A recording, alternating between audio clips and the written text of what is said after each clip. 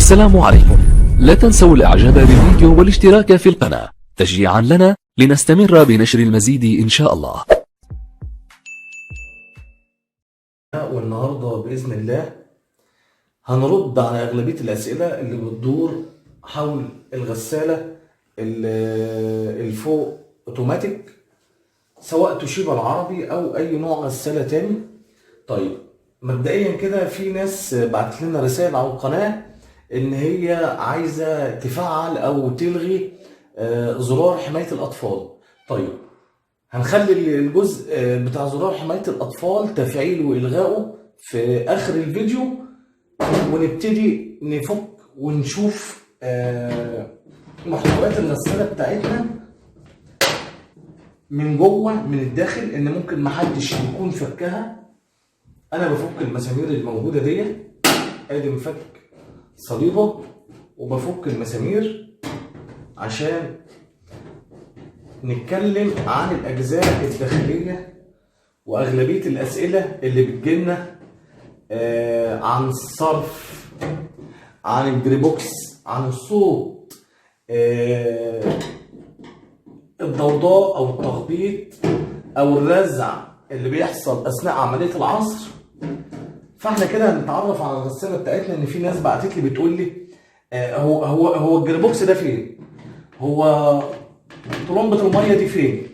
فمحدش عارف الحاجات دي موجوده فين في الغساله. فاحنا بنفك اهو مع بعض، منها دردشه ومنها بنتعرف على اجزاء الغساله. ده كده الكفر الخارجي، هنركنه كده على جنب اهو، وهنبتدي نبص مع بعض على محتويات الغساله بتاعتنا. طيب نقرب الكاميرا ونشوف ايه هي الغساله بتاعتنا من تحت. طبعا جينا بعد ما فكينا الظهر من فوق، من هنا كده من فوق، انا كده منيم الغساله عشان التصوير ما كانش هيبقى واضح من هنا، فابتدينا نصور من الواجهه دي كده افضل، ونقدر نشوف كل مكونات الغساله بشكل اسهل وشكل افضل. طيب ادي كده ده موتور الغساله، الجزء ده كده ده الموتور بتاع الغساله، اللي هو الجزء اللي تحت ده، الطنبوره اللي انتوا شايفينها بتلف دي مع الطنبوره بتاعت الجريبوكس اللي هي واصله بالجريبوكس، واللي هو صندوق التروس. الجريبوكس اللي هو صندوق التروس، طبعا عليه الكفر الحديد دوت مربوط بمسمارين، ادي مسمار اهو، وادي مسمار اليمه التاني اهو، ادي مسمار اهو، وادي مسمار اليمه التاني. وده السير بتاع الغساله.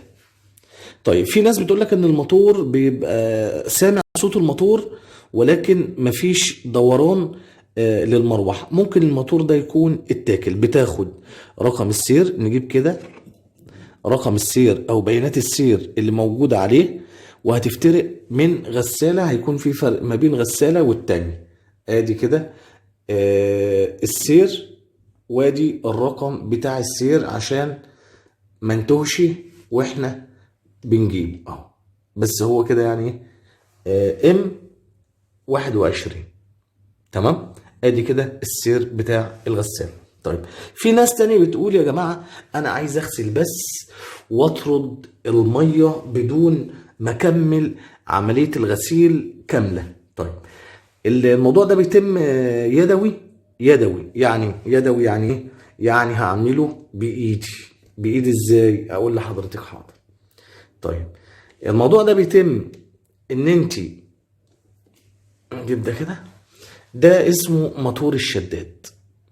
لما تبتدي الغساله تغسل بيبتدي المروحه تلف. لما بنوصل لمرحله الشطف، ايه اللي بيحصل؟ اللي بيحصل ان الكارته بتاعتنا، كارته الاوامر، بتدي امر لموتور الشداد يشد الواير الصلب اللي امام حضراتكم ده، بيشد الواير الصلب ده. طيب هو هيشد الواير اسف، هيعمل ايه لما يشد الواير دي كده؟ الجزء بتاع ترومبة الطرد. يعني هنا الترومبة اهي، الترومبة اهي، يعني الترومبة بتاعتنا. انا افضل ان انا امسك الايه، الموبايل في ايدي عشان يبقى الشرح سلس اسهل من كده، ومحدش يقول انت ايه مش جايب حاجة. تمام، نشيل الحامل ونبتدي نشرح كده ونقعد مع بعض. الجزء اللي امام حضراتكم ده، الجزء اللي انا بشاور عليه بايديا ده وواصل فيه الخرطوم ده اهو، واصل فيه الخرطوم ده اهو، دي ترومبة الطرد بتاعة الغسالة. طيب ترومبة الطرد دي بيجي لها ميه عن طريق ايه؟ عن طريق ان الجزء ده، الجزء ده لما بتتسحب العتلة دي،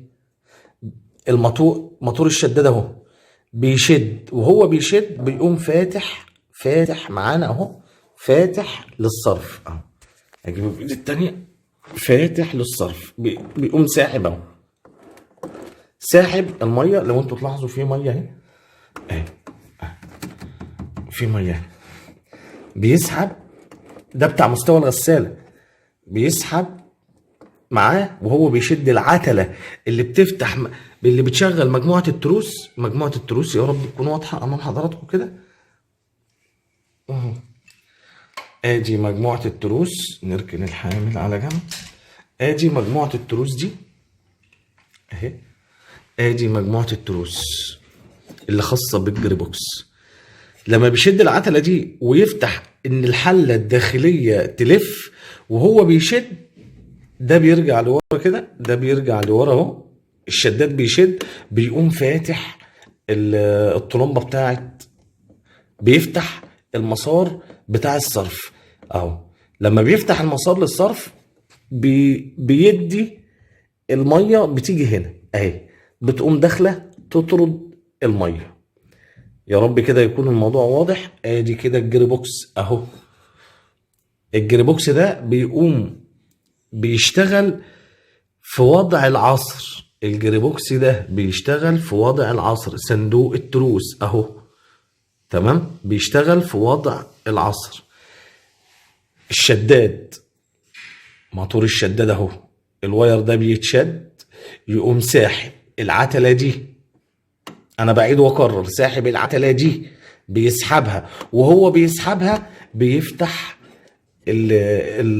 المجال للمية عشان الطرد اهو.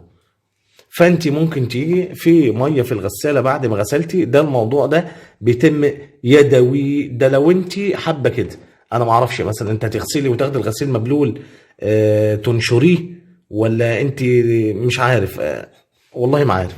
ما علينا، احنا بنرد على الاسئله. بيسحب بايدينا كده، سحبنا وسيبنا خلاص قفل، مش هيشتغل الا غير في وضع عمليه العصر او الغساله لما بتقوم بعمليه العصر. طيب احنا كده اتكلمنا، ده سؤال من الاسئله، تمام، ده سؤال من الاسئله. وادي الجريبوكس، الناس اللي ما تعرفش يعني ايه جريبوكس الغساله ادي، تمام. وادي الكباستور معانا او المكثف اللي خاص بالغساله اهو، 15 مايكرو فاراد، تمام. ده كده موتور الشداد. وادي الجزء بتاع الصرف، ادي الجري بوكس، ادي الموتور بتاع الغساله اللي بيخلي الحله المروحه تلف، وادي السير، وادي المكثف. الموضوع سهل وبسيط خالص. وهنلاحظ هنا كده قصادنا اهو، قصادنا كده ده المساعدين بتاعه الغساله. ادي مساعد 2 تحت هناك اهو، وادي 3، وادي 4. في الاربع زوايا، في الاربع زوايا بتاعتنا هنشوف الاربع مساعدين اهو. ارجع لورا، الاربع مساعدين ظاهرين اهم امام حضراتكم. المساعدين اللي هيكون متعلمين بالعلامه الزرقاء دي، هتلاقي مساعد متعلم بعلامه زرقاء، مش عارف هتوضح معانا ولا لا. متعلم بعلامه زرقاء، هم 2 مساعدين بيكونوا في خلف الغساله. الاتنين مساعدين اللي متعلمين بعلامات زرقاء من فوق اهو، زرقاء، ده بيكونوا الاتنين مع بعض خلف الغساله. خلف الغسالة اهو، وادي الازرق التاني. التانيين بيبقى ايه، مفيش فيهم اي الوان او مش متميزين باي الوان، ولكن لما بتجيب طقم المساعدين للغسالة بيكون في 2 متعلمين بالعلامات الزرقاء دي، دول بيركبوا خلف الغسالة. ممكن لو مساعد تعب لتفعيل والغاء زرار حماية الاطفال، هنا الشاشة بتاعتنا زي ما انتم شايفين كده مفيهاش عليها اي حاجة. كل اللي انا بعمله بضغط على اون،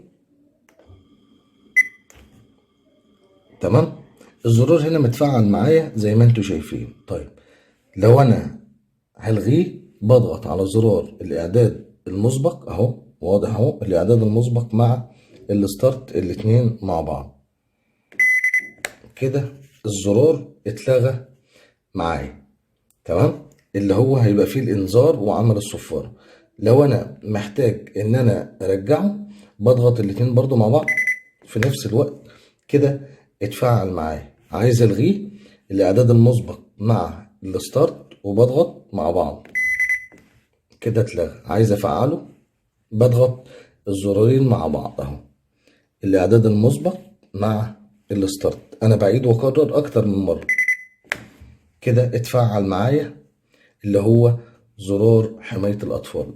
اتمنى يا رب يكون الفيديوهات اللي بنقدمها بتنال اعجابكم، ويا ريت تعمل لايك للفيديو عشان بيحفزنا، سبسكرايب لو ما كنتش مشترك، ولو اول مرة بتشاهدنا يا ريت تعمل لنا شير للفيديوهات على مواقع التواصل الاجتماعي اللي خاصة بيه. شكرا والسلام عليكم ورحمة الله وبركاته.